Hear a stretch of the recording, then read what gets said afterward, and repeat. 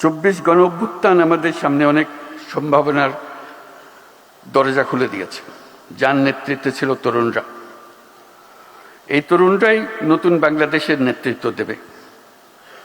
শুধু বাংলাদেশ নয়, এখানে আমার একটা কথা, আমরা শুধু বাংলাদেশের কথা বলছি। আমরা নতুন প্রজন্মের কাছে বাংলাদেশ একটা অংশ, গুরুত্বপূর্ণ অংশ, কিন্তু তারা বিশ্ব নাগরিক।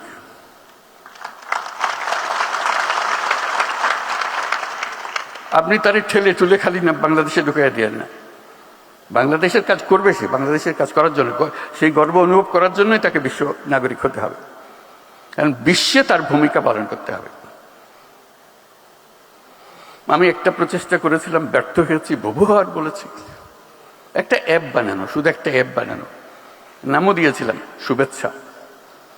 এটা হলো বাংলাদেশি যে যেখানে আছে দুনিয়ার, যে যে কাজে আছে, এই অ্যাপের মাধ্যমে বাংলাদেশের সঙ্গে যুক্ত হবার, বাংলাদেশি কে কি করছে তার খোঁজ খবর নেবার একটা সুযোগ হবে।